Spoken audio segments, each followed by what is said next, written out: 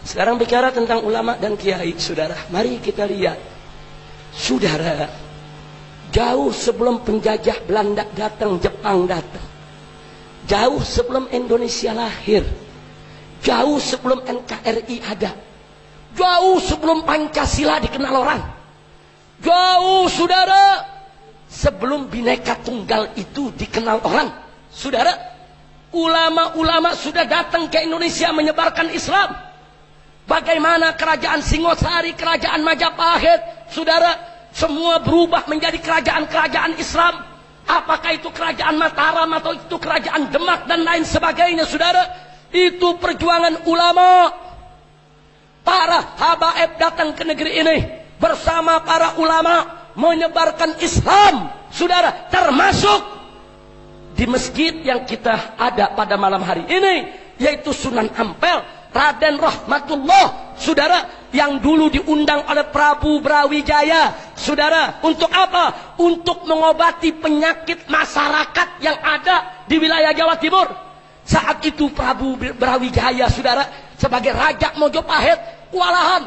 Di mana-mana ada perjudian, di mana-mana ada orang mabuk-mabukan, di mana-mana ada pelacuran, saudara. Tingkat kerusakan masyarakat, khususnya para bangsawan, khususnya para hulu balang kerajaan, sampai sudah terlalu parah. Akhirnya Prabu Brawijaya, saudara, atas saran istrinya mengundang keponakan sang istri yang kita kenal saat ini dengan Raden Rahmatullah dengan julukan Sunan Ampel. Sunan Ampel tidak datang sendiri, datang dengan ayahnya, saudara. Ayahnya turun di Tuban, berdakwah di Gresik, saudara. Maulana Marik Ibrahim, sementara Raden Rahmatullah dibawa ke tempat ini berdakwah, dapat tugas khusus. Bagaimana hulu balang kerajaan itu, saudara, supaya tidak sabung ayam, supaya tidak berjudi, supaya tidak berzina, supaya tidak melakukan berbagai macam kemungkaran. Dan Sunan Ampel berhasil, saudara, menyadarkan para tentara kerajaan, bahkan di antara mereka banyak yang masuk Islam. Itu perjuangan ulama sebelum Indonesia lahir, sebelum NKRI ada, sebelum Pancasila ada, sebelum Bhinneka Tunggal Ika ada, sebelum UUD 45 ada, saudara. Jangan coba-coba menghapus fakta sejarah, saudara. Kira-kira jelas tidak? Jelas tidak? Begitu datang penjajah Portugis, penjajah Spanyol, penjajah Belanda, ulama tidak diam, saudara. Ya, kerajaan-kerajaan boleh tumbang, kesultanan-kesultanan boleh tumbang, tapi ulama-ulama kita tidak ada yang tumbang, saudara. Mereka terus membangun pesantren-pesantren di mana-mana, mencerdaskan umat, mencerdaskan rakyat, mengajarkan mereka cara membaca, cara menulis, membentengi akidah mereka, mengajarkan mereka syariat Islam, dibentengi di mana-mana, saudara. Kalau tidak ada perjuangan ulama, 350 tahun kita dijajah oleh penjajah Kristen. Ini bangsa bisa jadi Kristen semua, saudara. Tapi 350 tahun kita dijajah oleh penjajah Kristen, umat Islam tetap mayoritas. Sampai Belanda angkat kaki dari negeri ini, umat Islam tetap 90% di Republik ini, saudara. Apa saat itu NKRI sudah ada? Apa Pancasila sudah ada? Apa Bhinneka Tunggal Ika sudah ada? Apa tentara sudah lahir? Apa polisi sudah ada? Belum ada, saudara. Ulama yang pimpin umat, saudara. Catat dalam sejarah, di zaman penjajahan Belanda dan Jepang, saudara, di setiap provinsi, di mana-mana, saudara, itu para kiai kita di siang hari membuka kitab, mengajar ilmu dan adab kepada masyarakat. Tapi di malam hari mereka ajak kaum santri panggul senjata, saudara, untuk menyerang pos-pos keamanan penjajah di mana-mana, saudara. Di Jawa Barat, saudara, contohnya di daerah Bogor ada Mama Bakri, ada Mama Abdullah bin Nuh, ada Mama Falak, ulama-ulama pejuang. Di Tasik, saudara, satu pesantren dengan para kiainya dipimpin oleh almarhum Kiai Haji Zainal Mustafa melawan tentara Jepang, sampai mereka semua dibunuh, pondok pesantrennya dibakar, istrinya dan putri-putrinya disembelih, saudara. Kemana tentara? Belum ada. Kemana polisi? Belum ada, saudara. Jangan dihapus perjuangan ulama, jangan dihapus jasa para kiai. Mereka yang mempertahankan republik ini, mereka yang mempertahankan negara ini, mereka yang mengusir penjajah, saudara. Bahkan begitu tentara Jepang masuk, mereka perang habis-habisan, mereka usir Jepang. Bahkan begitu Belanda mau balik lagi kemari, saudara, justru Nahdlatul Ulama mengeluarkan risalah jihad pada tanggal 22 Oktober yang kemudian disambut oleh Bung Tomo, dan terjadilah peristiwa 10 November. Kiai-kiai dan para santri dari pondok pesantren turun ke Surabaya untuk usir penjajah, saudara. Takbir, takbir. Saya tanya, kalau gitu jasa ulama besar tidak? Jasa kiai besar tidak? Jasa NU besar tidak? Jasa ulama besar tidak? Takbir. Nggak sampai di situ, saudara. Bahkan di tahun 1965, begitu PKI merongrong republik ini, saudara, mereka sembelih kiai kita, mereka bakar pondok pesantren kita, jenderal-jenderal kita diculik, disembelih, saudara, dimasukkan ke lubang buaya oleh mereka. Lagi-lagi, saudara, umat Islam, NU-nya, Bansernya, Ansornya, Muhammadiyahnya, Persisnya, Wasliyahnya, Al-Irsadnya, Robitohnya, Jamiat Khairnya, semua ramai turun-turun ke jalan, saudara, untuk perang melawan PKI di mana saja berada. Takbir. Andai kata ulama tidak turun, kiai tidak turun, saudara, TNI nggak mampu menghadapi PKI. 7 jenderalnya udah keok mati, saudara.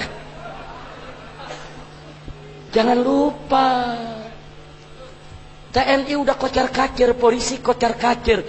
Kalau ulama tidak turun tangan, saudara, hancur negeri ini. Bang Kito sama tanya sekali, kalau gitu jasa para ulama besar tidak? Jawab yang kompak, jasa kiai besar tidak? Jasa santri besar tidak? Tahu-tahu sekarang udah merdeka, udah enak, polisi pakai punya bintang, jenderal punya bintang. Tahu-tahu sekarang ulama dikriminalisasi. Tahu-tahu ulama dimakarisasi. Tahu-tahu ulama disebut anti NKRI. Lu belajar NKRI dari mana, Tong? Kalau nggak ada ulama, nggak mungkin dia kenal NKRI, betul? Betul.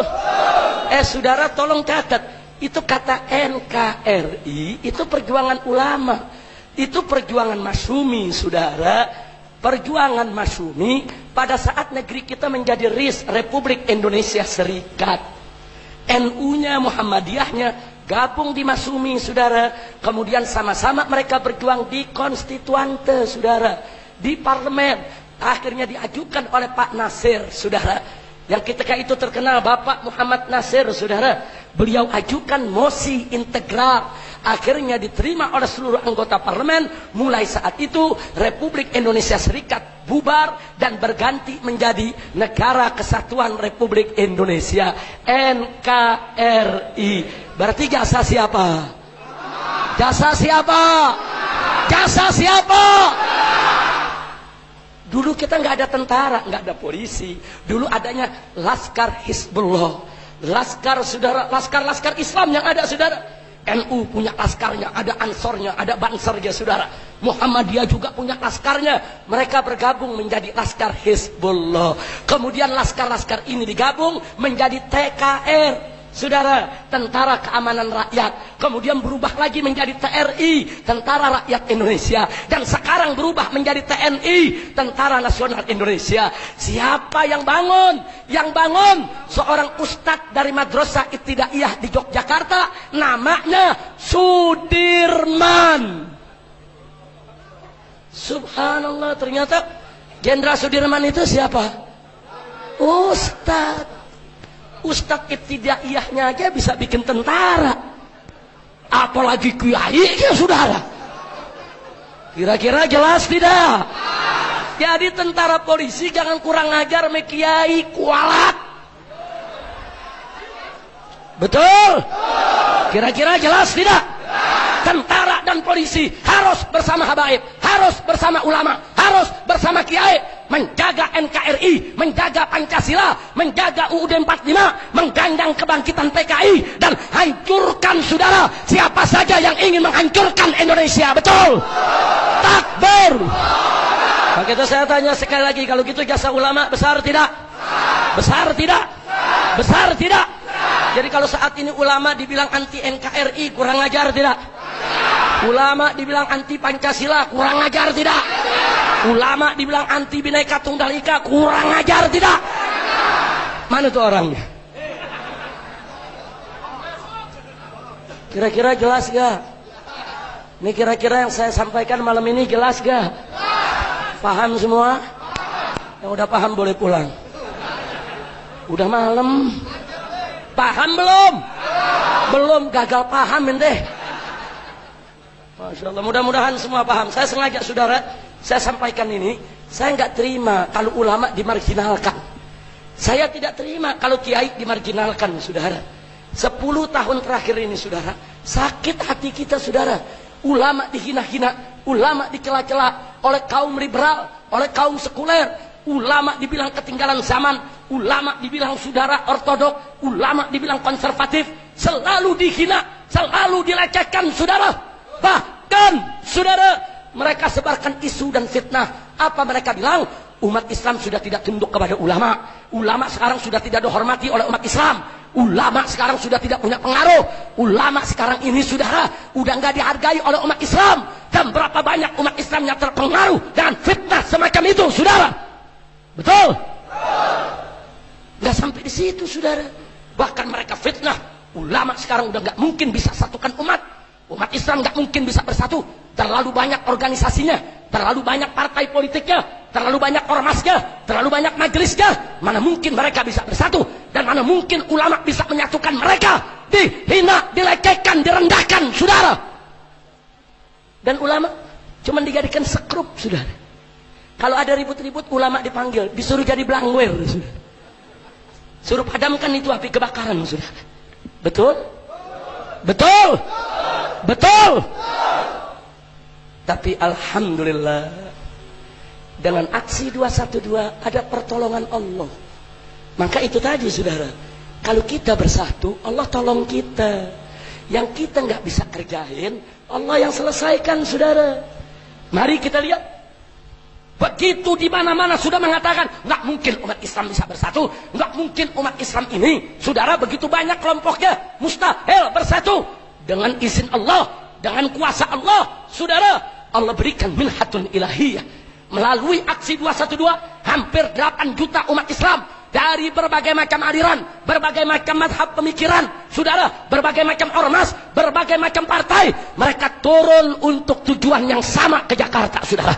Mereka di sana nggak bertanya, oh kamu FPI, kamu NU, kamu Muhammadiyah. Enggak, kamu Muslim, saya Muslim. Kita datang untuk sama-sama bela Islam.